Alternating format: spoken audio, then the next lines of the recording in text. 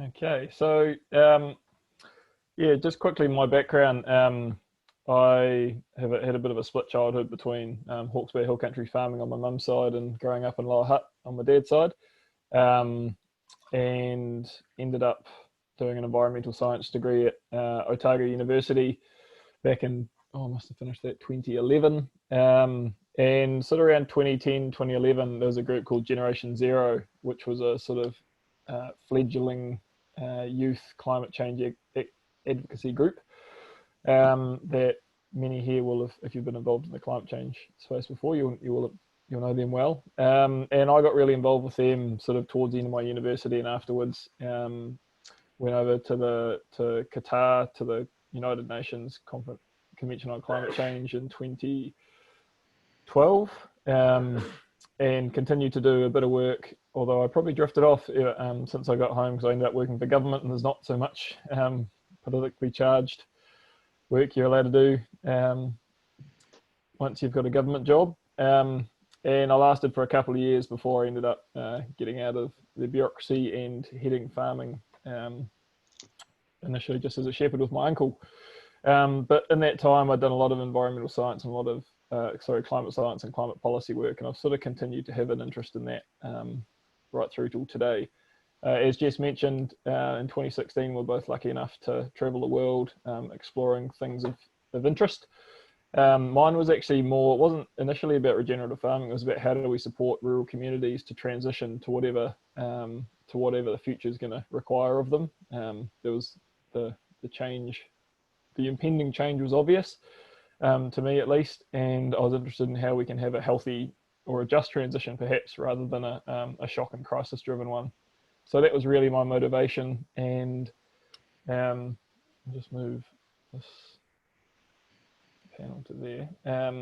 And so out of that, regenerative farming was one of the buzzwords of many that I sort of picked up from a whole lot of farmers. I think I traveled 19 countries and visited over 100 farmers over the course of 9 months, and got sort of my eyes opened, I guess, because I had a fairly what you'd call a conventional farming background before then. And yeah, that sort of has evolved into the regenerative farming movement as we know it today. And this is just a few pictures of the kind of different kind of farmers that I got to visit there. So from mixed arable farmers in the US and Canada, through to the alpine areas of Ecuador, to the dryland areas of Uruguay, Scotland, the UK, and a couple of photos from New Zealand there. So they all look quite different because they're all different contexts, and they all look different for quite good reasons, because yeah, I'll get into that a bit later. And once I came back, I ended up at a place called Mungarara Station for 2 years. It's in Hawke's Bay. Beautiful property, and the owners, Greg and Rachel Hart, there are extremely committed to sort of driving that regenerative vision. Their particular focus is around education, and accommodation and hosting people, and ecotourism and that kind of stuff. So that was a phenomenal experience for a couple of years, and a bit of a deep dive. And during that process, I found a local mentor, this guy Dean Martin, who's probably, I'd say he's probably a decade in now since he started changing his system significantly, and really he's on only a couple of 100 hectares of quite steep hill country, and 10 years with no fertilizer. I think his total spend per hectare over the 10 years was less than $10 a hectare in terms of seed and fertilizer, which is absolutely minimal in the scheme of the average, I guess. Yet his animals are extremely healthy. He grew a huge amount of grass. He was very profitable, and he was just loving what he was doing. So he's probably one of the he probably is the best grazing manager that I've come across in New Zealand so far. And he was really the one that convinced me that some of the things that I'd seen overseas were possible in New Zealand, and perhaps how you'd adapt the same kind of ideas to a different context here in New Zealand. And he also introduced me to sort of the kind of value of diversity in our systems, and I'm going to kind of weave in a little bit of the I'm going to use case studies and some diagrams like this just to kind of illustrate and build into this concept. But what Dean was doing, instead of using fertilizers to drive that fertility, he was using trying to increase the diversity of his plant life. So different plants with different root systems that feed different microbes, that grow at different times of the year, that have different nutritional value to different stock classes of animals, in his case. And then managing those animals to make sure that he maintained the quality of those plants for animal performance, but also making sure that he returned some of that growth back into the soil to feed that kind of living organism. Then I met a guy. I moved down to Canterbury, chasing my now partner. And now we're still in Christchurch actually, but I was lucky enough to meet this guy Simon Osborne down here. He's just outside of Leaston, and he's an arable farmer who probably one of the earliest no-till farmers in New Zealand, and just a real experimenter and a phenomenal innovator. He built that drill there, designed and built it. Well, he didn't build it, he designed it himself for his system. And he really, probably he's running no-till, returning his residues, kind of doing what he calls some things right, but never really clicked on to this concept of, or never really fully grasped the concept in his view of the kind of power of soil biology, microbiology, and getting that system humming. And about 3 years ago, he really started to bring that plant diversity concept into his farming system a lot more actively, with the use of cover crop species in between his cash crops. So anywhere from 3 to 20 different species, either sown after the crops he'd harvested and terminated before the ones he's putting in, or as in the little blue flower, which is down in the bottom right there, is a Phacelia plant, and he started planting things like Phacelia in with his cash crops where they're not going to interfere with his thing. And he's seen incredible gains and changes in the last, it's really only been 3 years since he started doing that, and it's really interesting, the changes that he started observing. And that's really driven by, I'm not going to go into this unfortunately because I don't have time, but this sort of complex web of life that lives under the ground and interacts with everything above the ground.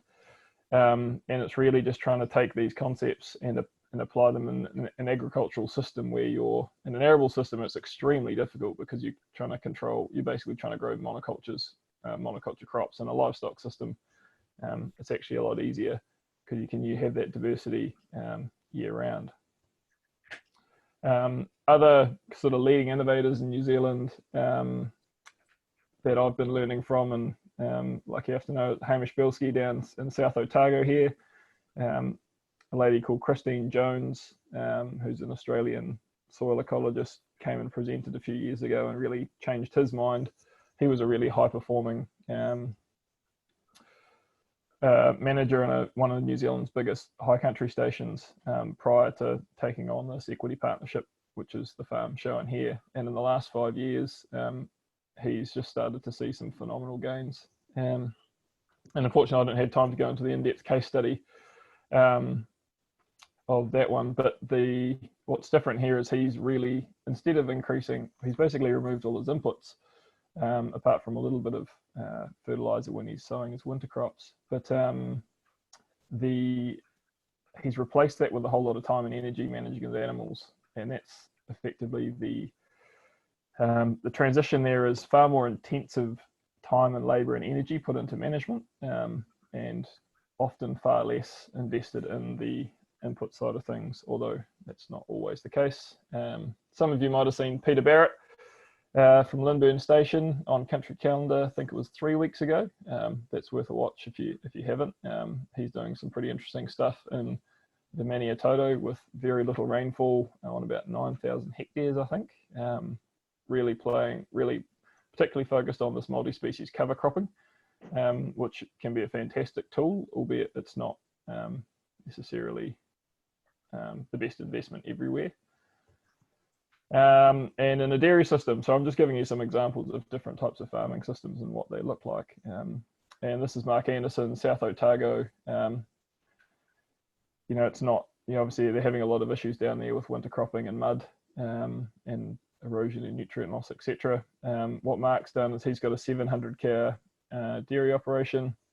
In the last 4 or 5 years, he's been increasingly shifting his system towards what you call a regenerative system, I suppose, with a very staunch no bare soil policy. And so what you can see in the top left hand corner there, that's some of the grass that he's grazing mid-spring, which is above above most of those cows' bellies, and it's probably 2 to 3 times longer than most of those around him. He sowed that with a different mix of species that could grow and stay green and lush to that point. And then to manage his wintering, he's using a mix of putting those hay bales and spreading them out across his farm before winter starts, and just strip grazing his animals across them. And then the bottom right hand one there, he's planting these multi-species winter crops, and you can see with the right grazing management, there's still a whole lot of plants left behind there, and what they're doing is they're sowing these perennial species in with them, so that straight after grazing, with any warmth and moisture that's there, they're actually starting to regrow, soak up those nutrients and minimize bare soil. And this is just another example. There's no some people try and portray this regenerative farming thing as a very black and white, right and wrong. We're not really into that. I think there's actually a whole lot of farmers around the country, and I've met a huge amount of them that don't consider themselves to be regenerative farmers or anything like that. But visiting their farms, I'd probably argue otherwise. And this is just an example in Central Hawke's Bay there of a farm with phenomenal grazing management, but the subdivision and the forestry integration into that particular farm compared to the rest of the surrounding landscape is really making a big difference. And I think from a climate change perspective, this kind of forestry integration is one of our really big opportunities. I'm not going to go into that, sorry, because I'm rambling on a little bit too long. Other than to say that don't really take your time, Sam. Okay. Yeah, other than to say that the word regenerative creates a whole lot of hype and sort of conflict for varying reasons. And I think we need to get past that. It's not so much about the label or the name or what we call it. I think the word regenerative has obviously caught some people's imaginations for various reasons. But you know, if you look around the world, there's a whole lot of similar paradigms or farming systems that have got labels that are extremely similar in many different ways, although they've all got their own sort of unique flavors. And I think what regenerative seems to be doing is it's kind of creating an opportunity, because it's, I don't know whether it's because it's new, but something about the community that's sort of gathered around it by and large is a lot more inclusive, or is deliberately quite inclusive, and trying to make it just really easy for people just to start exploring the concept, trying new things. And that's what we're really seeing,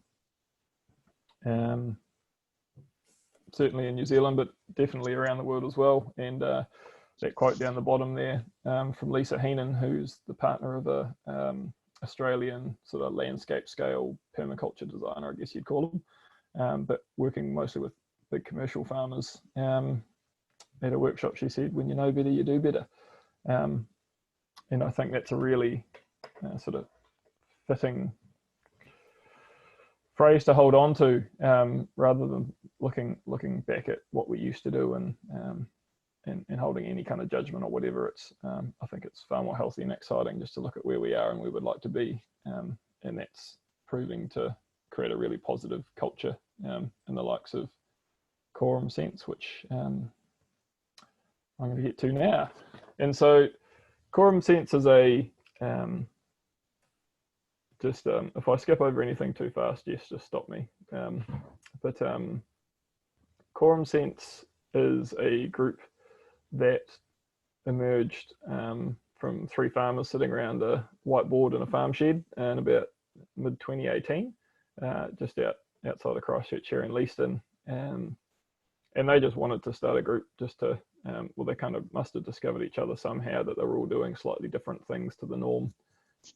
Decided to start a little WhatsApp group and invite a couple of other local farmers that they thought would be interested. And within a couple of months, there was a few dozen people on it. And within another couple of months, it was close to 100 just on a WhatsApp group, hosting sort of local field days, and just bouncing around, sharing ideas, and really supporting each other. And I got involved a few months after they took off, and about, must have been midwinter 2019 last year, Simon Osborne, who was featured earlier, and myself were just bouncing ideas, and we said, well, what if we actually organised a bit of an event, sort of a one-day thing, and how many people do you think would turn up? And we're like, oh, ran some numbers, and we're like, oh, if we get 60, it'll break even. And we booked a hall with a capacity of 130, and it was 3 weeks before the event from when we started advertising it, and after 2 weeks we had to start turning people away because we had our 130 person capacity, and this was the crowd. And yeah, that really, the energy in the room there, and we had, mostly it was just farmers presenting what they'd learned and what they were trying and what was working and what they still need to work on. And I think something about the kind of honesty and transparency of both what was working and what was exciting about it, but also, where there was still challenge and opportunity to figure things out, seemed to really, bring a really cool energy to the room. And ever since then, there's now a board, and I'm now officially the manager, and we have been trying our best to try and secure some funding to help us do this a whole lot more all over the country, as we're seeing the demand grow. And this is just a little screenshot of the website that we've just got up and going, which is, perhaps I'll send that, or Jess might be able to send the link to it around afterwards if anyone's interested. But yeah, I think we've got maybe close to 2,000 people on a Facebook group, and just people, I get emails every day from farmers around the country just wanting to try and connect with the group in some way, and we're working on different ways to do that, because a WhatsApp group can only get so big before it becomes unmanageable, and some people don't like Facebook. So trying to help local groups get up and running, and connect them with some of the more experienced farmers that have been doing this for a while, and with the support that we can provide as an organisation, because really the strength of these groups that we've observed is really in the local, albeit from a national perspective we can certainly help. And to kind of bring all that to the topic of the evening, which is climate change, there's a few really obvious wins for me with these farm systems, and just want to reiterate that this isn't like there's no silver bullets, there's no nothing's the same on any farms. You have two neighbours next door on the same farm running the same kind of system, theoretically, that do things completely differently for very good reasons. And we try and make that point because some farmers might be really interested in trees, and other farmers just absolutely love shifting animals. Some like growing vegetables, and you've really got to fit your interests and passions and strengths to the kind of farm you want to design. And that's also what we caution with people that are new to the space, is not just looking at what other farmers in different parts of the country are doing and trying to replicate it. However, at a high level, some of the really consistent things we're seeing is a significant reduction in energy use on farm. So in the form of fuel, so usually diesel for tractors, fertilizers, which either take a lot of energy to produce in the form of, in the case of urea, or to ship from the other side of the world, in the case of phosphate, for example, and chemicals, which I understand have quite a high embodied energy as well. Increasing soil carbon, that's a pretty contested topic in New Zealand at the moment, because the studies haven't really been done on highly biological functioning systems versus sort of systems without high biological function, I guess. And so while there is a lot of evidence overseas showing that soil carbon can be increased reasonably quickly, there's an argument that New Zealand already has relatively high soil carbon levels, and therefore we're the kind of the tank's 3/4 full already. Now, in some cases, that's probably in some parts of the country that's probably going to be quite true. From what we can gather, I work with a soil ecologist from Landcare Research called Dr. Gwen Grallett, and I've got a few mates who are in the soil carbon science institutions as well, and so that's probably true for some soils in terms of percentages in the topsoil. For others, especially the likes of the sandy and pumice soils that have more recently been converted from forests into pastoral, there's actually we're seeing massive soil carbon sequestration in really short periods of time on some of that kind of lighter soil without high pre-existing carbon levels, and also soils that have the potential for roots to get down deeper. So lots of our grazing practices, for example, and also our cropping practices have really promoted a kind of limited root zone where you've only had roots in certainly the majority of your roots in the top sort of 10 to 20 centimeters. So what we're seeing on some farms is that farmers that are managing the recovery of their plants and the health of them are really starting to see those roots tap down a lot deeper into the soil profile, and we're starting to see the color change as you come down, which is really exciting because that offers a whole lot more opportunities in terms of nutrient cycling for the farmer, so the plants have access to a whole lot more in terms of holding on to water, first really infiltrating it, everything that they can, and then second holding on to it, and then soil carbon and increasing soil organic matter has just got so many benefits directly for the farmer, and personally I'm not super interested in carbon credits or trading them or anything like that. By and large, the value that I see is mostly to the farmer and the resilience and productivity of their farm systems, and all those sort of co-benefits of that to society are a kind of a nice co-benefit. Now, getting into some of the more controversial, I'll just check the time there. It's my 20 minutes.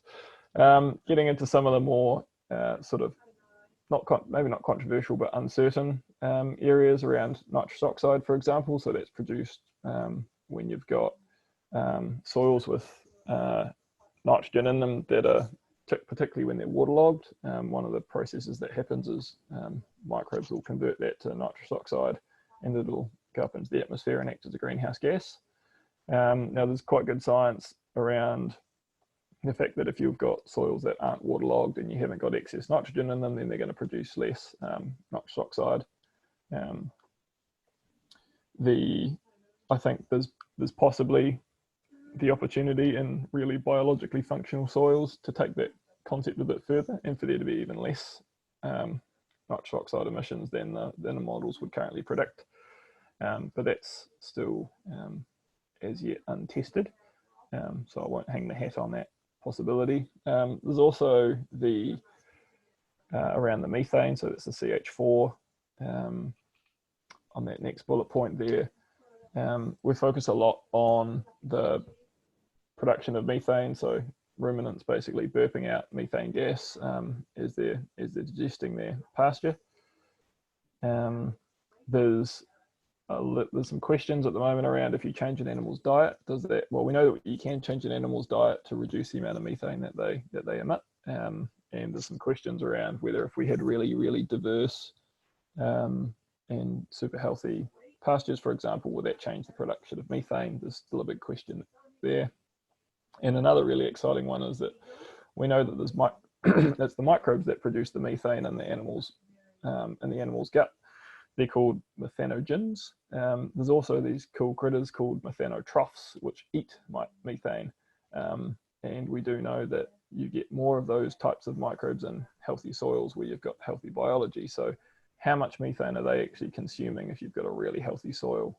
Again, another interesting question. And the challenge, I think, with our climate change narrative and the science that surrounds it is that it really doesn't because it's such a high profile, and this is my personal opinion, but such a high profile public contested space, it's really, really hard for anyone who basically questions the certainty of things quickly gets shut down. And in some cases that's legitimate because there's been a whole lot of very corrupt scaremongering that's going on in the climate change science and policy world. But one of the downsides is there's actually quite a lot of unknowns that are built into these climate models as assumptions that aren't really being explored. The consumption of methane by soil microbes, for example, is one area. Whereas if you look at our climate change modeling, it's basically all animals burp methane. Methane goes into the atmosphere. That end of story. It breaks down over time and reverts to CO2, and eventually the plants suck it back up again. It's kind of quite similar to our no, I won't go there. But anyway, so another questions that, in my view, need answering that could kind of add a few more strings to the bow of kind of shifting our systems to more of these biologically driven regenerative ones. And the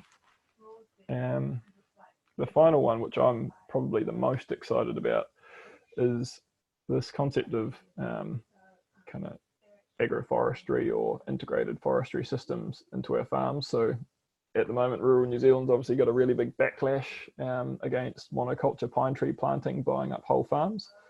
And I've seen quite a bit of that up the east coast of the North Island.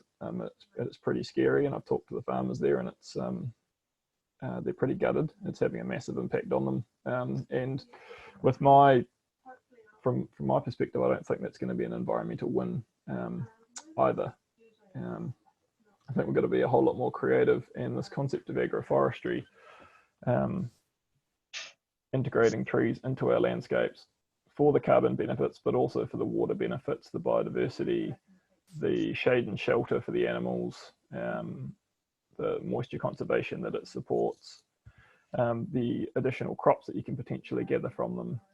There's just a huge array of potential, different co-benefits that come from a well-designed agroforestry system. Some of the barriers are cost of implementation, and the fact that it's not currently recognised by the climate rules. They don't currently include shelter belts or strips of trees in most cases. And I've got a couple of examples of that. This guy actually he is actually qualified for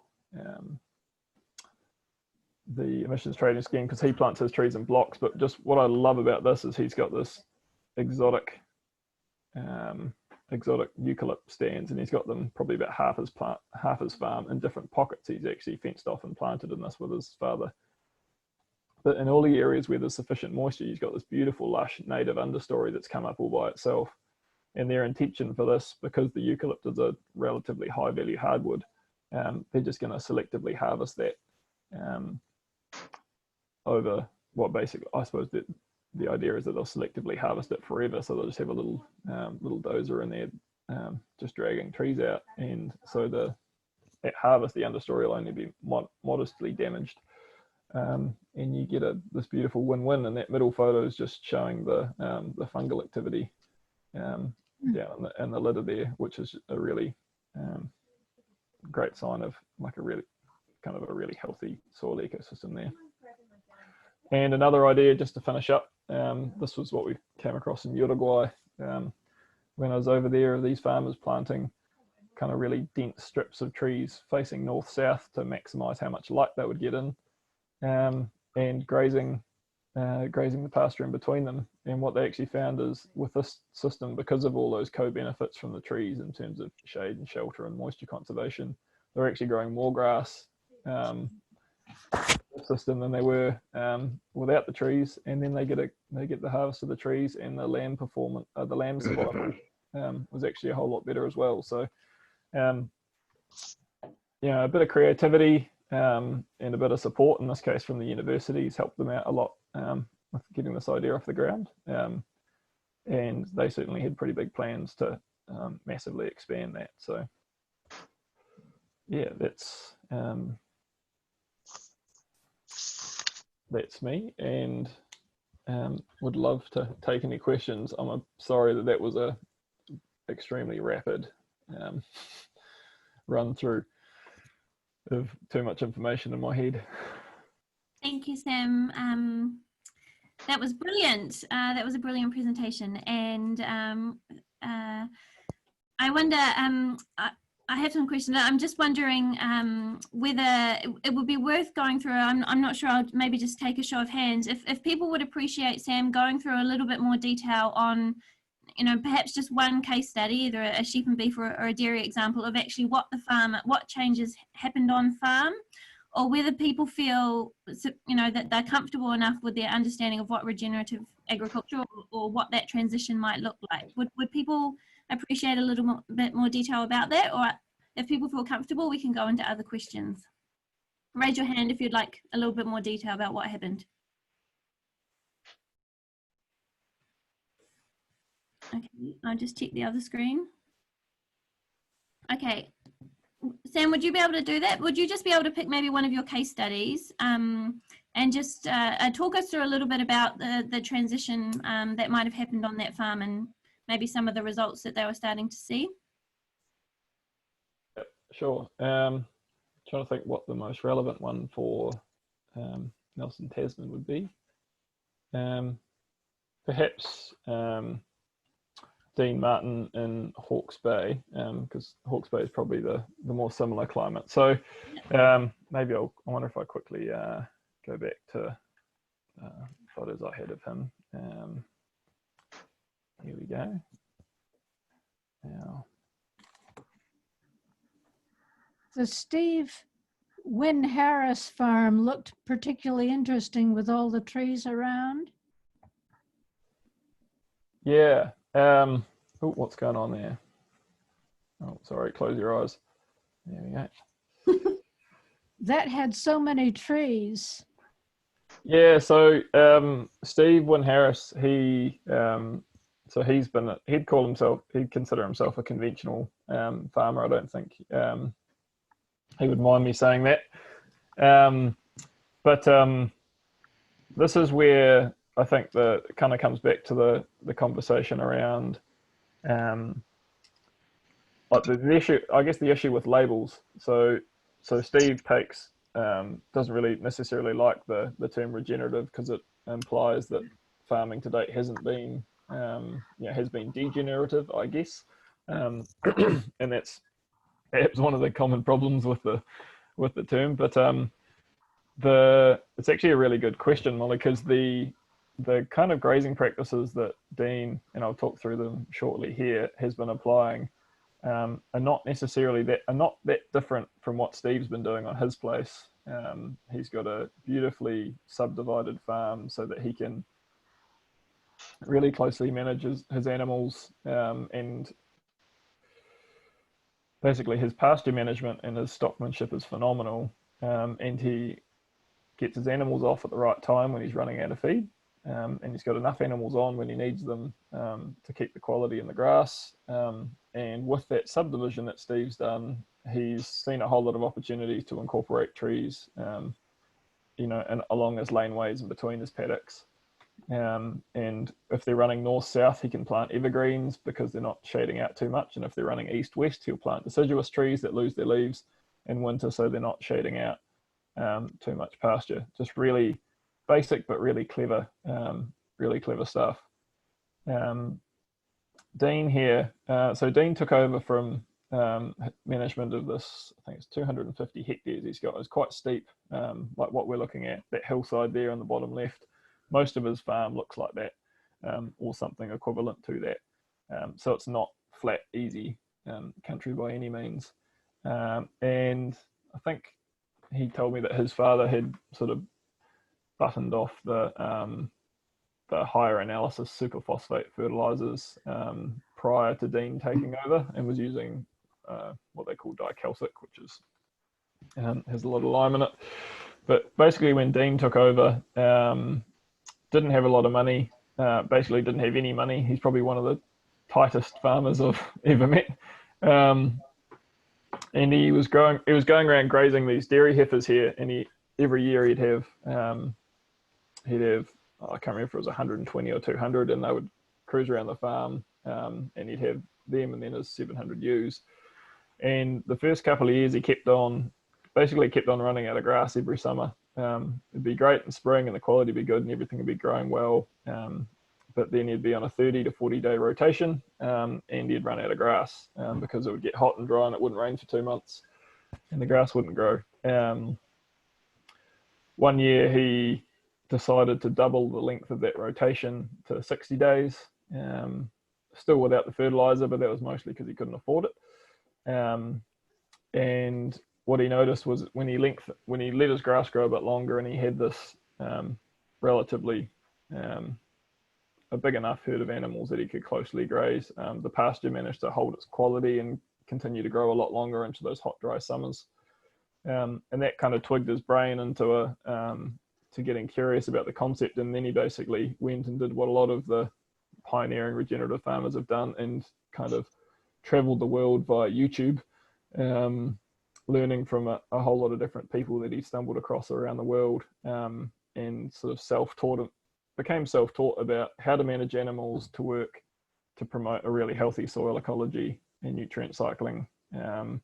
So you could actually increasingly grow more grass of higher quality with more resilience that's going to help your animals. And so 10 years on, he's still growing a huge amount of feed with no fertilizer going into that farm for 10 years, which a lot of people would think that, at some point you're going to hit the wall.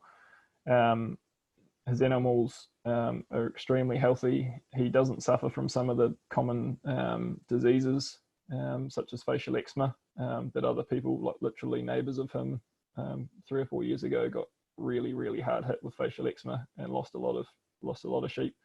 And I think Dean said he had 2 subclinical cases out of his 700 ewes. So there's something really interesting going on with that, with the health of his system, and he's continuing to prove that you can have a really, really productive farm with very minimal inputs, but very, very good management.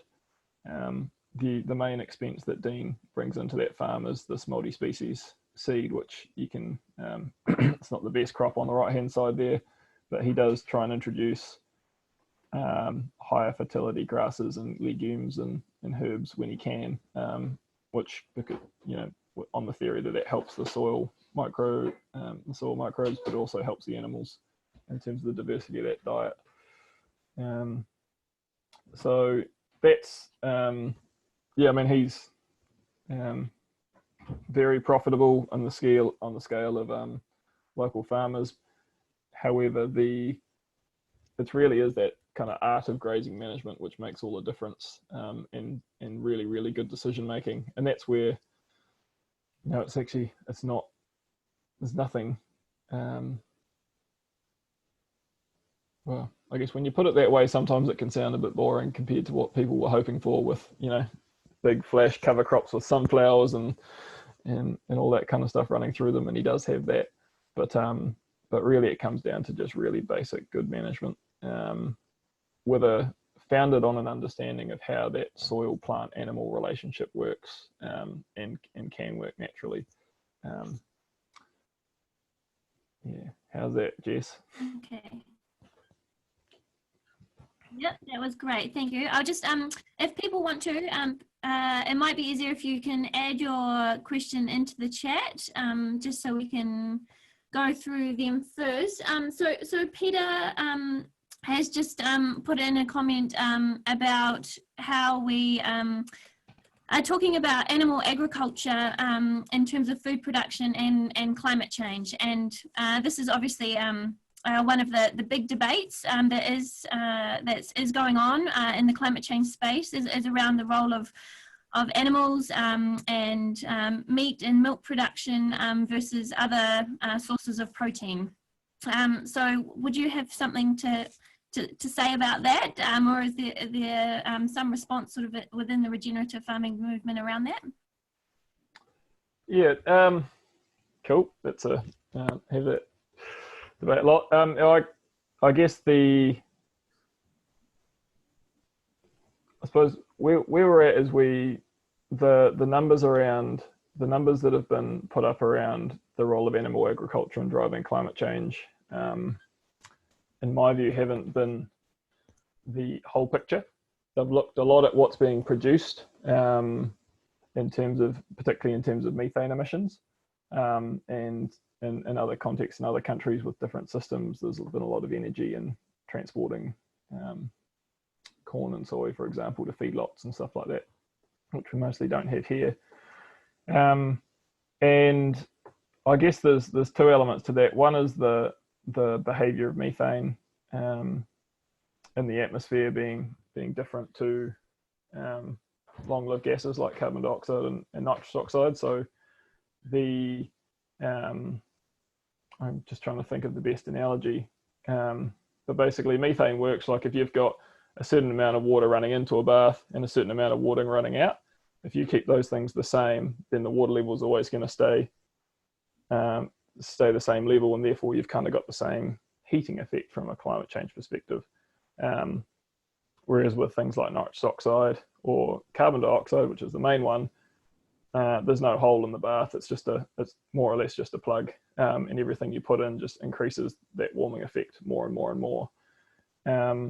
Now it's a little bit more complex than that, and I don't have I've been trying to understand it for 10 years, and it's I'm almost there. But so basically what that means is that in order to stabilize global temperatures, if we stopped emitting fossil CO2 basically and you can still maintain some level of methane emissions as long as they're consistent, and you're not going to get increasing warming as you would if your CO2 was still being produced. That's the first one. The second response to that, and I'm not, I know that I was focused mostly on animal agriculture there, and perhaps that's just my personal bias because that's what I know best. I will say that the cropping farmers, all the regenerative cropping farmers that I work with, all swear by having animals integrated into their cropping systems, so producing whether it's cereal crops or vegetables or whatever, because of the great job that animals can do building fertility back into that system. So if you don't have the animals in the system, the fertility's got to come from somewhere, and you can grow diverse cover crops to try and help with that, but then you've got to do something with them to break them down and get them cycling. And so usually that's putting a tractor over the field, for example, and it kind of the microbes that live in an animal that can then be deposited back on the land help with that nutrient breakdown and that nutrient cycling. So there's a real positive symbiosis that happens within that system. But to the second point of that question, I think it's often portrayed as what's being emitted, but not necessarily what livestock or systems with livestock are also doing in terms of sequestration or kind of closing the loop on that. So there was the consumption of methane, which is as yet kind of unproven, I guess. But even if you just look at the amount of, or the opportunity, let's say, not imagining what Hill Country New Zealand or Pastoral New Zealand necessarily looks like now, but what the opportunity is for integrated agroforestry across those landscapes. Now, in my view, there is a huge amount of land, like millions and millions of hectares, that we could be doing this on. And even if it's only a relatively small amount, 10% say of those farms that are all being planted in trees, the actual sequestration in numbers is phenomenal over that landscape. And in my view, the best people to do that are actually the farmers themselves, because they understand their land the most intimately. And when they're profitable, they've actually got an ability to pay for that and finance it. Whereas the cost of doing so in terms of public funding would be pretty astronomical. And what we're seeing currently in terms of, I certainly don't want to see any monoculture forestry plantations on it. They've got a place for sure in some cases, but certainly not across the majority of our country. So that's probably not the best example. I think the class of country that we typically run and this is more of a hill country conversation, I guess, is really well suited to, you know, having animals on them, grazing grass, turning it into protein, to put it in those terms, and can be wholly beneficial in my view. I'd love to see a whole lot more diversification on some of our better country, but I wouldn't remove the animals from those systems. I'd keep them there in some form. Okay. Can you I know you're a little bit familiar with the region up here, but one of the questions that would be interested is what it could look like here in Nelson, the Nelson Tasman region, for example.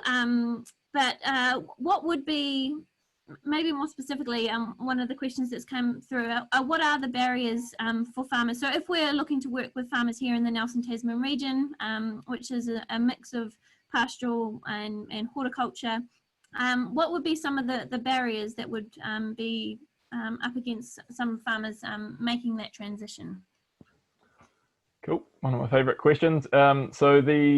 When I got to travel with Jess, partly with Jess around the world, one of the things that I discovered was that all the examples, all the farmers or farming communities that had successfully made a sort of what you'd call a transformative farm system shift to something quite different to what they were doing before, and they were generally oriented in the sustainable farming direction,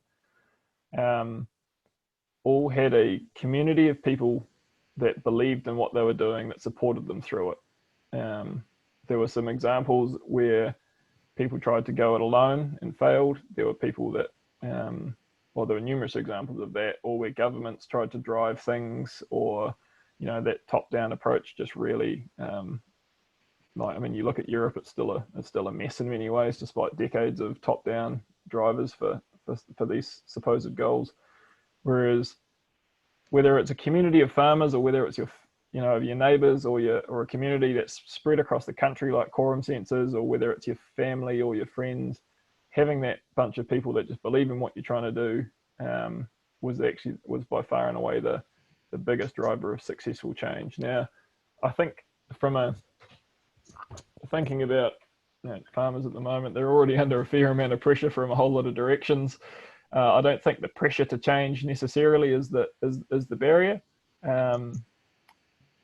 What I'm seeing a lot across the country and across the world is a lack of alternate possibilities for farmers. So there's a whole lot of pressure being put on. But if someone's telling you to do something different and your livelihood's at stake, and you've got no confidence in any alternatives because you haven't seen any, or there's no one that you trust that can kind of share that information and give you confidence in it, then you're just going to dig your heels in and tell people to stuff off, which is a lot of what happens.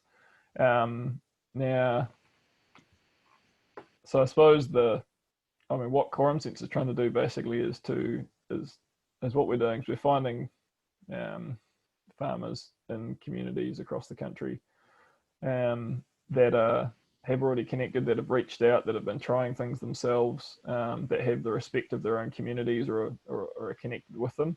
And we're trying to support them to get to a position where they can bring their own community around with them. And it's simply a work with the willing. We don't try and force anyone into anything. We just, we have some kind of core principles behind it, which is we're inclusive, we're non-judgmental, and we have fun.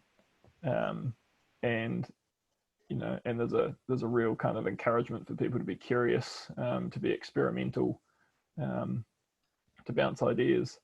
And yeah, that's kind of that cultural element, I suppose, is works really well. Now, I think there's, the power of storytelling gets really underrated. Everyone across the country is calling for science on, where's the science behind regenerative agriculture? And there isn't a huge amount at the moment. I'm working on a couple of projects to try and help solve that. But it's funny, there's all these little science studies come out here and there and everywhere, and people are still like, oh, where's the rest of the science? And a really good country calendar episode comes out on Peter Barrett, and all of a sudden half the important people in the country are going, wow, this regenerative agriculture thing's awesome, despite the fact that there was almost no data and no science presented in that story whatsoever. So don't underestimate the power of good storytelling. especially when it's, you know, obviously honest and transparent, and it's not cynical marketing, it's open and honest storytelling, and getting alongside farmers that are willing to give things a crack and just supporting them and helping them do it. I mean, Quorum Sense is setting itself up to be a you know, a kind of national support network for farmers that really want to learn. And what we're seeing is that farmers that have sort of joined the community in the last year or 18 months, for example, in 18 months they are they get to a point in 18 months which took the farmers before them 5 to 10 years. Like the pace of learning and change is phenomenal, and so that community connectivity and that support network is where I'd really focus. And for a group, yeah, like yourself, I'm not sure what that looks like, so I don't know the backgrounds of everyone in the group, but yeah.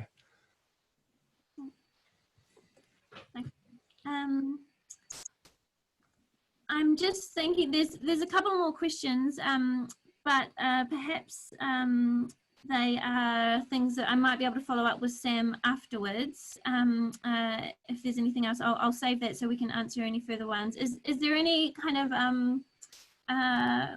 closing pressing questions that people feel are major gaps that they would like to ask Sam just before he signed off and we move on to Wayne?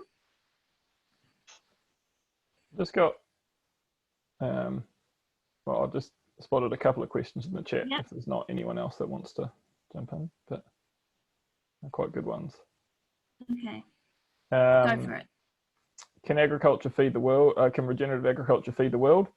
My personal view is New Zealand, well, conventional, how we're farming currently globally certainly in Western societies, certainly can't feed the world for very much longer at the rate of soil degradation and the amount of energy most from fossil fuels. I think it's a 10-to-1 energy in to energy out ratio that we've currently got in our food production systems or thereabouts. That's certainly well out of kilter with a long-term feed the world narrative. And if you look at the outcomes from how we're feeding people in Western countries, they're not particularly flash either. What we're seeing in regenerative systems, I mean, it's a real generalization, but by and large, there's often a small drop in yield in the kind of main form of production. So let's say if you're a dairy farmer, you might drop your yield by 20%, for example, but you're, ideal in a well-managed system, your profitability is going to be the same or better. But they might also, we're seeing farmers that are also running chickens on top of that land, and then they might run an agroforestry operation with some trees integrated. Like the potential of stacked production systems compared to our relatively simple ones that we run at the moment is massive. And if you look at how most of the world is fed, it's smallholder farmers in developing countries producing multiple things off very small land areas and way out yielding us when you aggregate all those together. So I'd say absolutely. And the last one was just around, we didn't talk so much about land use change, and I saw Peter had commented there about the agriculture's cutting down forests and replacing them with pasture and that kind of stuff. And I mean, I completely agree that agriculture and human agriculture has been a pretty horrific, the most destructive thing in this planet's history, bar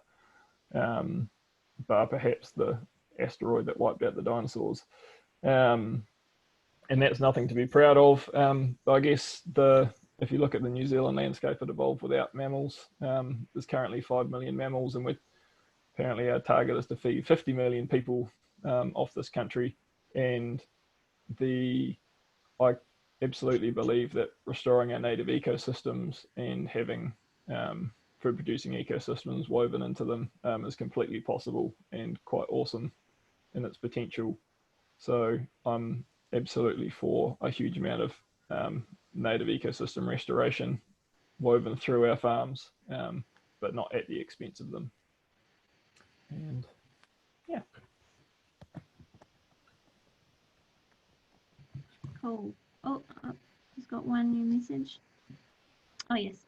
Brilliant. Thank you very much, Sam. That was fantastic, and I think has given us plenty of things to consider. And what we'll do is we'll come back together as a group in the near future and go through some of your key messages and some of the things you talked about, and then we'll think about more what does that mean for us as a group in the way that we're looking to engage with landowners and farmers, permaculture, gardeners, other community organisations, farming organisations that are operating here in the Nelson Tasman region, and think about how we engage with that. The other speaker that we've got here tonight, and Sam, are you able to hang around for a little bit, or did you want to, it's fair enough if you want to head off. We've just got Wayne Langford here, who's going to talk to us a little bit about what he's up to and then how we can best start to engage with the farming community here in the region on these sorts of topics. So understand we've been very lucky to have your time, and you're so we can let you go if you want to. I'll hang around and I'll chip in on the chat. It looks fun, so I've been looking forward to meeting Wayne. So great. Okay, yeah, I don't know if I'm going to be quite as polished as old Sam here. He's doing pretty well. The other speaker that we've got here tonight is Wayne Langford, who is local here in Golden Bay, and who I first came across when at the Nelson Tasman Climate Forum launch in the Food, Fibre and Forestry Systems subgroup. And I thought it would be great to get Wayne along tonight to talk a little bit about what he's up to in Golden Bay, and also because one of the things we've been talking about, or we know we need to do as a group, is start to engage with the farming community here in Nelson Tasman. And I thought it would be great. We've got a few farmers in the group, but I thought it would just be great to hear from Wayne a little more about that and have a bit of a chat from him. So thank you, Wayne. Feel free to introduce yourself, and it's just a pretty casual group. You know a bit about the Nelson Tasman Climate Forum. This is part of the land use subgroup, but we've joined together with people from the Food, Fibre and Forestry Systems group to create a working group on farming and agriculture. And this is our first meeting, and we hope to get some action going in this group. Thank you for joining us. Cheers, thank you, and thanks for having me. I do see a few faces I know in the crowd, which is great. And sorry I was late and missed the first part of your talk, Sam. I was just talking to the Wellington young farmers. It seems that everyone in the country has worked out how to use Zoom, and after seven Zoom calls today, this is my lucky last. So it's a pleasure to be here. So I'm a dairy farmer over here. We're in Kotinga, just up by the salmon farm. If anyone's been salmon fishing in Takaka. My wife and I farm 250 dairy cows, which we milk just once a day for all season. I'm a sixth generation farmer in the Bay. I headed off to Lincoln for some time and did some study there. Met a wife and brought some different bloodlines back to the Bay. And I guess from there we've farmed all through Golden Bay, right up the Ariri Valley and around to where we are now. Our family farming operation grew quite rapidly from 400 cows up to about 1,800 cows at one stage.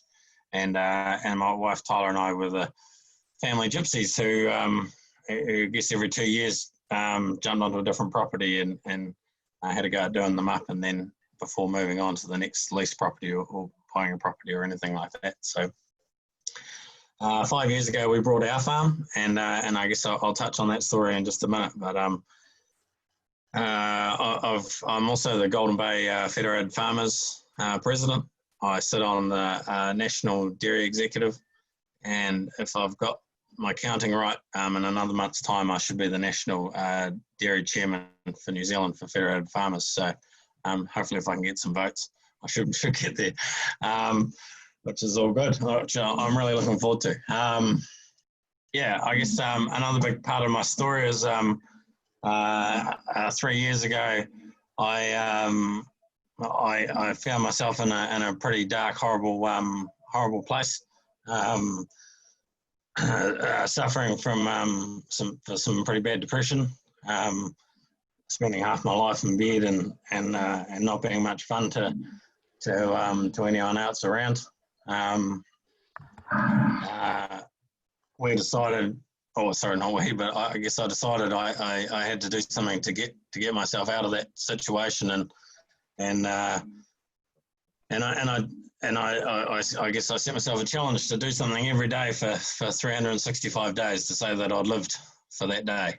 And we did a little challenge, whether it be going to the beach or a bushwalk or meeting up with friends or visiting, my great aunt in the hospital or a bit of travel or something like that. And we did something different. And I guess the reason I tell that story is because it's created a platform for myself called the YOLO Farmer. You only live once. And we are now up to day 1154, I think, since we first started. So just clicked over 3 years. And every day we've been finding something to make ourselves feel alive, which has been pretty special. As part of that journey, I was fortunate enough to attend the Sustainable Hui in Golden Bay, and it's probably something the previous Wayne would have never attended, but this one, I was challenging myself every day to do something different, and so I thought I'd head along and see what all the talk was about there. As I mentioned, we brought our farm 5 years ago, and this was 2 years kind of in, and we were doing it. We were on an environmental journey, you could say, on our farm. Where we were just getting started. We'd just come out of those two. I don't know if you remember 2 years. 2 years of really low milk prices, right? We just brought our farm and then crashed into the $3.90 milk price, which for anyone that's not aware is pretty much below break even for every farmer in the country. So so that was pretty tough. But we got so we kind of climbed our way out of that, and we wanted to improve our environmental efforts on our farm and do something different. I had these national roles within Federated Farmers, and I wanted to be a spokesman for how we could do things better. And so just happened to be that day that I was at the Sustainable Hui. I sat down for lunch, and across the table from me was Debbie Pearson. Some of you may know, some great work here in the Bay. But she, I said to her, oh, hey, Debbie, I'd really love to set up a panel of people to help me run my farm more sustainably. I said, we've supposedly got the most educated community in New Zealand, in Golden Bay, the most doctorates per capita. So surely someone out there must be able to tell me how to do something, right? And yeah, we kind of went from there. Debbie jumped on the idea, and she's probably been one of the key successes of the whole thing. But we, long story short, we put an ad in the paper, and we said, hey, who wants to come and help us run our farm more sustainably? And we got about 15 or 20 replies to that ad, of which about a dozen people showed up to the first meeting, and we literally just talked and heard everyone's thoughts. Listened to, as a farmer, just listened to what people were thinking and people were saying and how our community felt, and what they might like us to do on our farm. We were really open and honest with exactly what we were doing, how many cows we were milking, our production we were doing. We opened up our financials and we showed them how our farm worked financially, and the key drivers to that and how that would work. Because we've got so much debt, we didn't have any problem showing them how much debt we had, because that's pretty much just the whole place. But and any young farmer such as myself that's coming in typically is carrying a lot of debt. One of the key drivers to the project being a success was that any work that we did on farm was going to have to come in a sustainable or profitable manner as well, because at the end of the day we did have bills to pay. And not only that, as if we wanted the top of the bell curve, or the more progressive farmers to take some of this on and to get involved, it had to be profitable, and it had to ensure that they could farm in a way in which they could purchase their own farm, or take over from in a family farming situation, or something like that. So I guess that's where we built from. We've still got 12 members to the group. The group was soon named the Farming 2030 group, and we named it that because our vision was to decide on what we wanted our farm to look like in 2030 and work towards that. So there was some people that came along that had some more extreme views, and I listened and I heard those and accepted those, and some of them have stayed and worked through those, and some of them haven't and have moved on, and I'm sweet with that. That's that was up to their own calling, but we roughly meet probably about every 6 weeks now, where the group comes out on farm, and sometimes we're just meeting inside it in the lounge, or other times we're out on farm, doing soil samples, or riparian planting, or just simply understanding how our farming operation's working. I think it took some time to literally do that, because and I think it's something probably that the group learned quite quickly was I guess how slow the farming model moves. It takes years and years to make change. You can do significant things which will bring significant results, but it still takes years and years for different seasons and different you plant a crop and you may not see the benefit of that crop until 2 or 3 years down the track, and that sort of thing. And so it's been really rewarding to have some of those members who are on their group from the start see and start to see some of those changes. To see when we started on our farm, we started with 360 cows. We were pumping in a lot of palm kernel. We were we weren't using a lot of nitrogen, but we were using above average, you could say. And now, I guess 5 years down the track, we have 230 cows. We're using not a lot of nitrogen. We still use some at times, and we've completely cut out palm kernel, and also cut out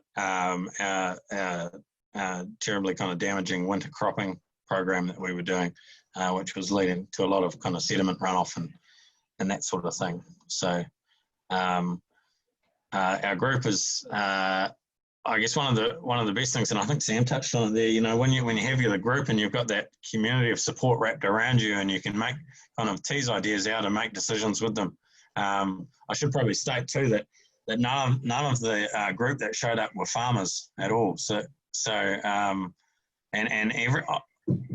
Every one of them showed up and said, I'm not a farmer, I've probably got nothing to add to this group.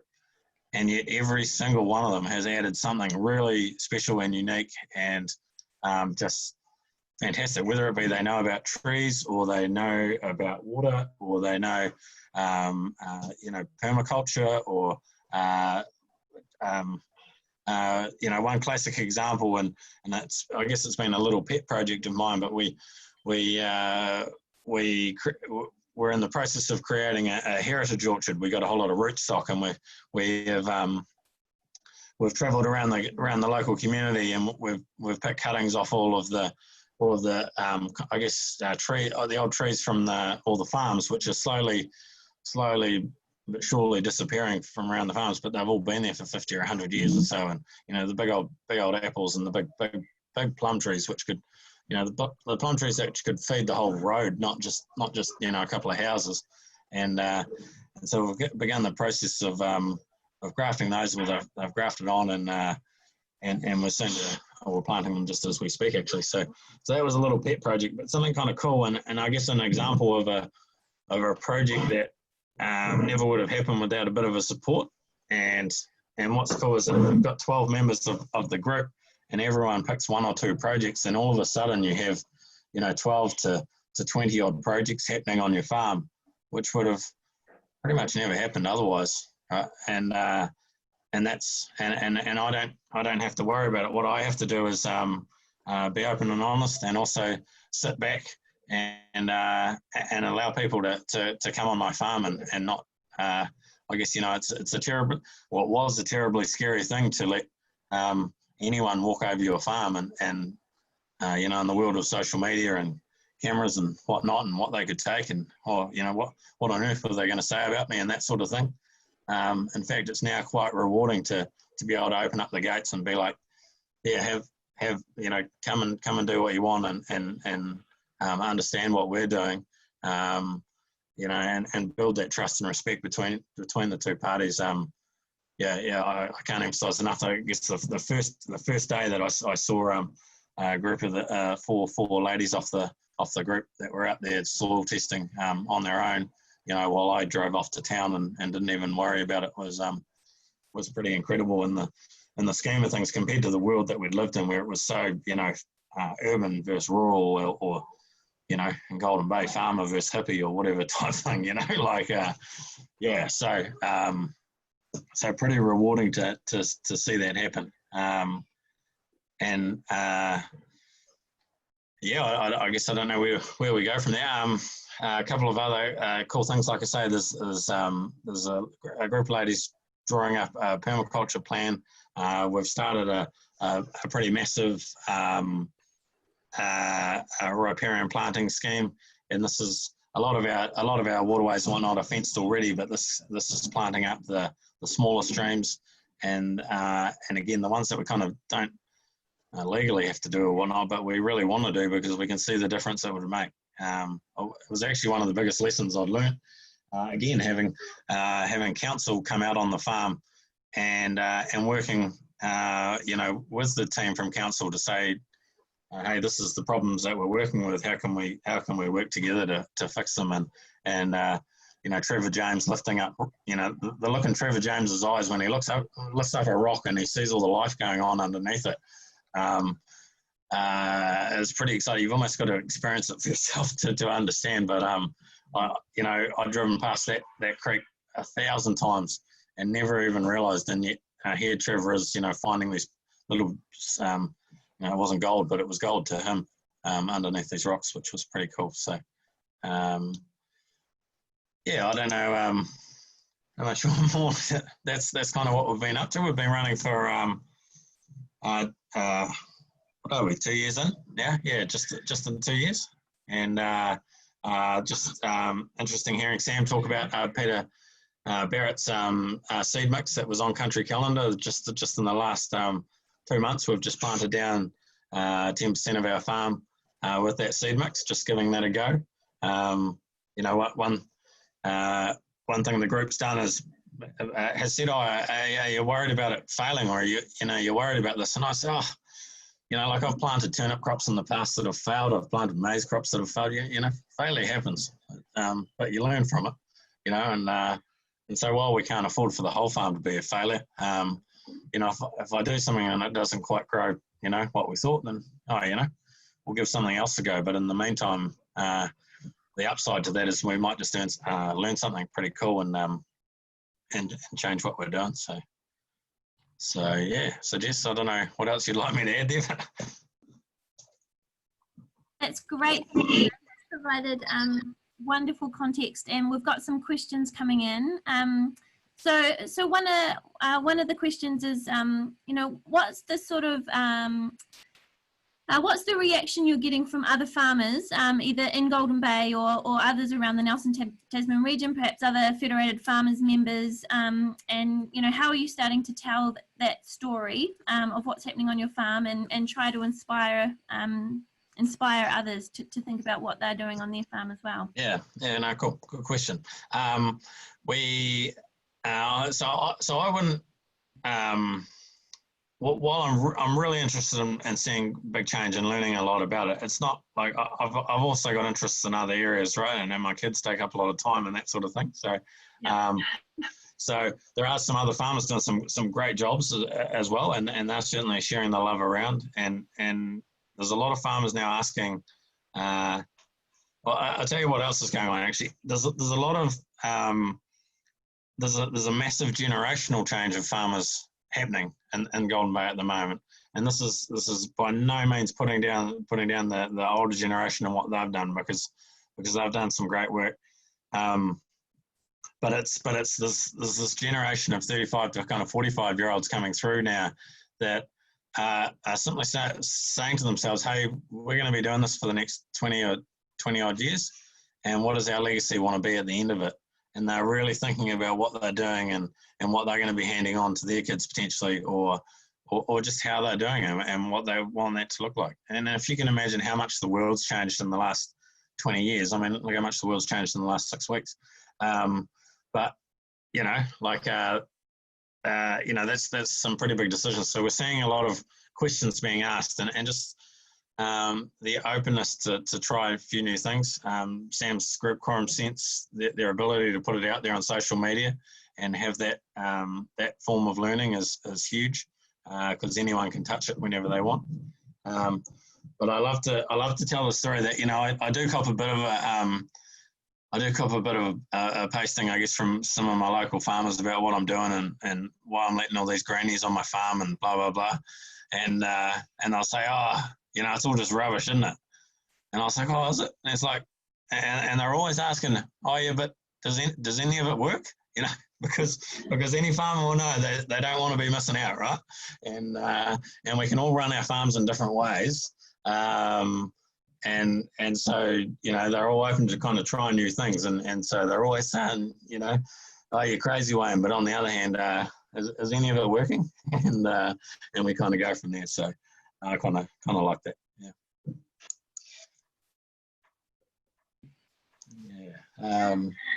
We've had another question in here. Obviously, at the start, you talked about you went into it with a lot of debt, and you were pretty open about that. And so it'd be interesting to know from what's happened for you in terms of any changes in production or profitability, or what influence your bank might have or did have on what you're actually able to do on the farm.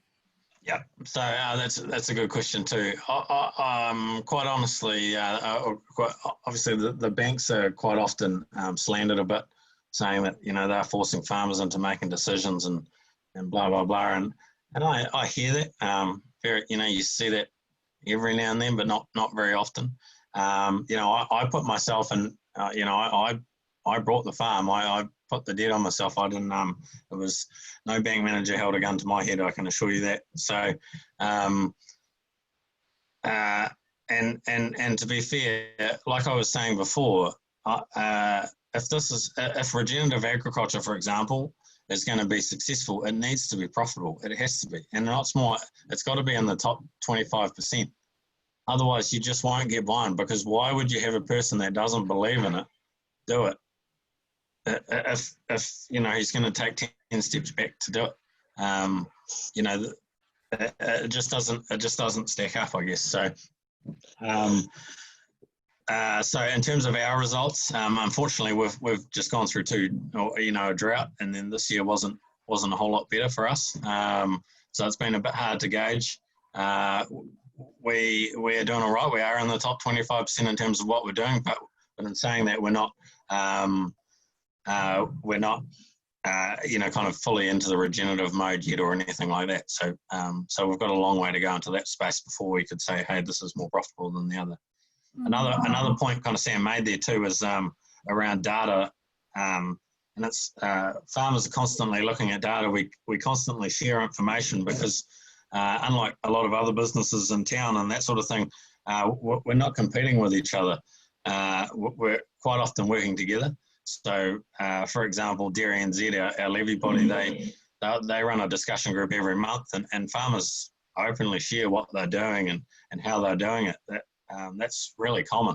But one of the troubles with regenerative agriculture has simply been the lack of data and to work with. It makes it, you know, when you're trying to put a proposal to the bank, but you don't have any other examples or anything to use, makes it really difficult to kind of justify, and you've just got to, I guess, kind of wing it like we have been. Yeah, to be fair, yeah. One question, which I think is a really relevant one, talking about what you've been through in terms of the droughts and things. Obviously, one of the of regenerative agriculture is building resilience into the system through water holding capacity in soils and things like that. how does that figure into your thinking, and in terms of either on your own farm or within the groups that you're working with, to try and build in more resilience to your farming, especially going forward as the climate's a bit more volatile? Yeah, definitely. So I also have a role as a climate change ambassador for Dairy NZ. There's 12 climate change ambassadors throughout the country. So I guess I've been fortunate enough to hear some of the information kind of firsthand or before a lot of other farmers have it as well. So we, I guess when the group started, there was a lot of focus around water. We had the water conservation order going on in Taka, the hearings. There was obviously a lot of press around the waterways around the country, and so a lot of the group brought water as the essential problem.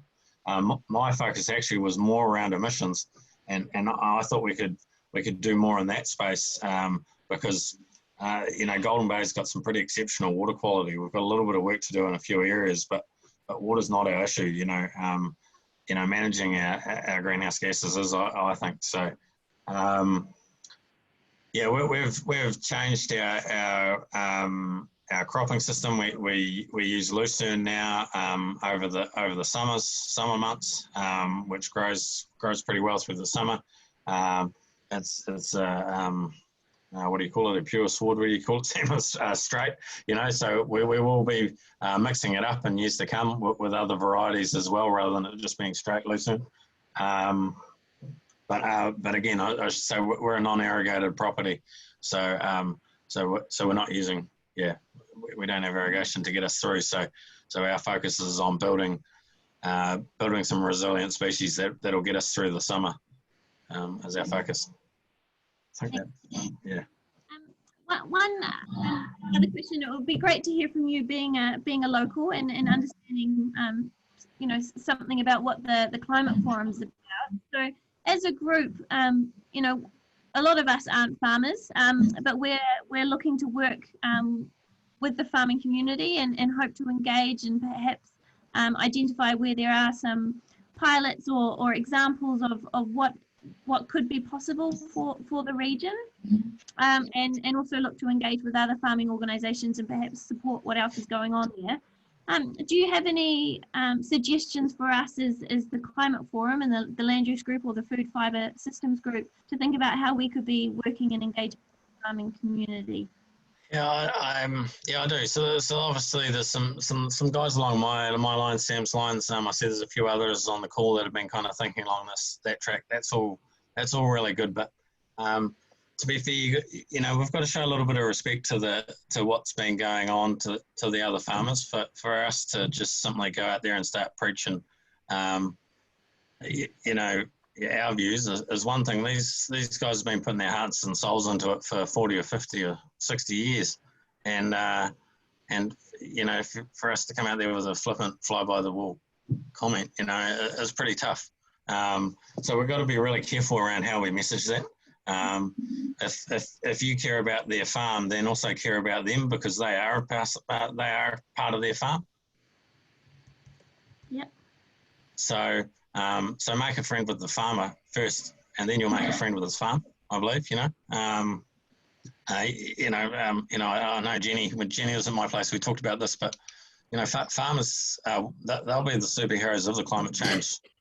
Of the climate change debate, effectively. Well, not debate, but we can store this carbon in our soil and whatnot if we do it right. But unless we get that messaging right, we're just continually going to hit a brick wall, and going in with do you understand what I mean? Just going in with a more personal message, understanding where they're coming from. Because it's their livelihoods, it's their for generations their family have been on that land, and effectively, if you come into rough, you're defending you can be insulting kind of every part of who they are. Sorry. Do you have something to add there about what your thoughts on that topic as well? I was just typing it in. Yeah, I completely agreed that to try and summarize it, and then I had my thoughts together, was that the opportunity to draw down carbon into soils and trees and to restore local hydrology, resilience to droughts and floods, etc. Biodiversity is all a part of that, is greater in my opinion than the opportunity to mitigate emissions through, focusing hard on, methane vaccines and culling cow numbers and all that kind of stuff. It's kind of it's a reductionist way of looking at things. Whereas actually, if you look at the whole picture of this kind of connected farm system, the opportunity is actually in sequestration, which is where you've got an opportunity to change the conversation, and farmers become, I don't want to call it the saviors. That's might be a bit too strong, but superheroes, Sam. Superheroes. There we go. You'll do well in fed farmers there, won't you? No, but I completely agree, and that's you just look at how that changes the conversation from going from a defensive position on being attacked for being polluters and emitters to this really exciting conversation where Wayne's got permaculturalists and water quality people and climate people, all that kind of stuff, getting super excited about the potential for him to do something awesome on farm without challenging a farmer's entire identity and way of life. And that's there's not much more exciting than that to me. And I think that's I think the numbers will stack up over time to reinforce that too. Yeah. Brilliant. Love it. And stoked to hear you've got a Peter Barrett multi-species mix in the ground there. That's pretty exciting. I'll let you know in another couple of months when I feed it off. Yeah. Awesome. Okay. So we're we're over the end of our time now, and so I don't want to hold people up too much. Are there any kind of lingering last questions while we have Sam and Wayne with us, or any last comments from either of them as we close off? I think this has given us plenty of information to work with. Becky? Yeah, I just wanted to say, if there was one bit of advice going forward for a group of people in the community looking at this, what would be your one bit of advice that you would give to people trying to engage farmers?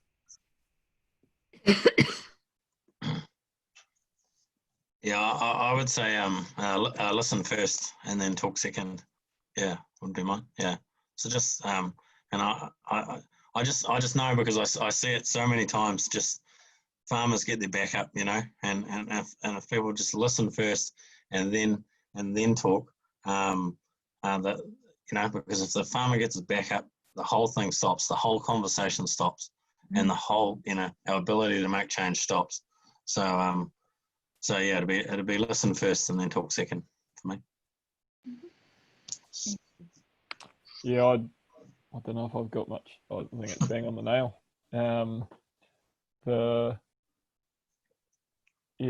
It's I've been doing a bit of research on hill country farming, across the country, and having my background in climate change and having a whole lot of mates from the social environmental kind of activism world right through to farmers across the country, and getting to talk to a whole lot of them. Everyone thinks that they're very opposed to each other and their views and their values and all that kind of stuff. And you bring them together and you sit them in a room without knowing who they are, or you listen to them separately talking about the same topics, and they've got 90% overlap on things that they agree on. And it's the 10% that's the fun debate. And I think trying to create opportunities for that kind of dialogue where you can come to an understanding that that's how it is. Yeah, I think that's I think Wayne's bang on the money there. Yeah. Thank you. Sorry, Jill, was that you raising your hand, or? All I was going to say is, are there ways for rewarding farmers more for their ecosystem services and for carbon sequestration? Because I think, Sam, you said you didn't feel that that paying them to do carbon sequestration was the was the appropriate mechanism. But in what way can we reward them for what they are doing? Oh, I think the tree carbon thing, I think, is probably still worthwhile sticking with. It's a great way to finance is a massive barrier to getting trees on farms. They're really expensive to implement.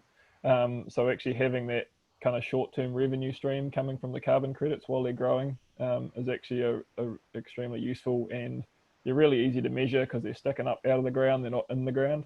So the cost of measuring them is isn't too low. I think from the soil carbon side of things, the uncertainty is just too high. It's quite expensive to measure, and actually the bulk of the benefits are to the farmer in terms of soil health and function and resilience and productivity and a whole raft of things. And perhaps in the future it'll be super cheap to measure it and monitor it, and we'll get in there. But I don't think we should be holding our breath waiting for that. Whereas the trees is a different story. Other than that, I don't know, Wayne, you would have thought about this a bit. Yeah, I'm not a big fan of rewarding or incentivizing from that point of view. If you look at the budget that came out the other day, the $1.1 billion for green projects and that sort of thing, give us a hand to plant the trees on our farms and whatnot. We've got the areas to do it, but if you're going to wait for us to do it, it's going to take me 10 years to get all the trees I want planted. Well, why can't we have them planted next week? It just doesn't make sense why we're holding off and waiting. Don't worry about rewarding me for soil carbon or something. Just to get the environmental work done that can be done. There's no, you could say, oh, the farmer should have to pay for it. There's no gain for me to do it. I'm doing it because I want to do it for the environment, not for I'm not going to gain anything financially out of this, but I can't because I'm limited in capital just as many other farmers are as well. Yeah. So that would be, yeah. That's how I'd look at it. Thank you. Hopefully we do get some of the 1.1. That'd be handy. Yeah. Great. Well, I think last chance. No, I think we should probably, we'll draw it to a close. And I just want to close by sending out a million thanks to both Sam and Wayne for their contributions tonight.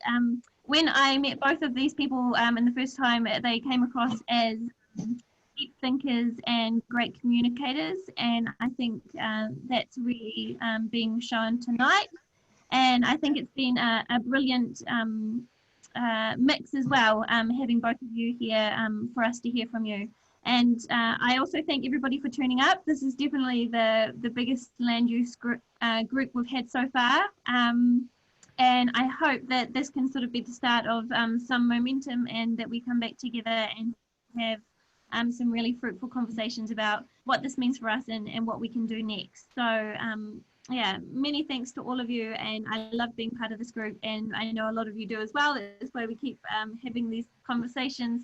And yeah, thanks again, Sam and Wayne, and hopefully maybe you can come back in a year or two's time and check in. Well, hopefully Wayne will come back before that, but see how we're making progress with the work that we're doing. So thank you, everybody. And so yes, I've recorded this, and hopefully it means we can keep it, and I can share it on some of the online forums that we've got. So thank you very much, everybody. Cheers, thank you.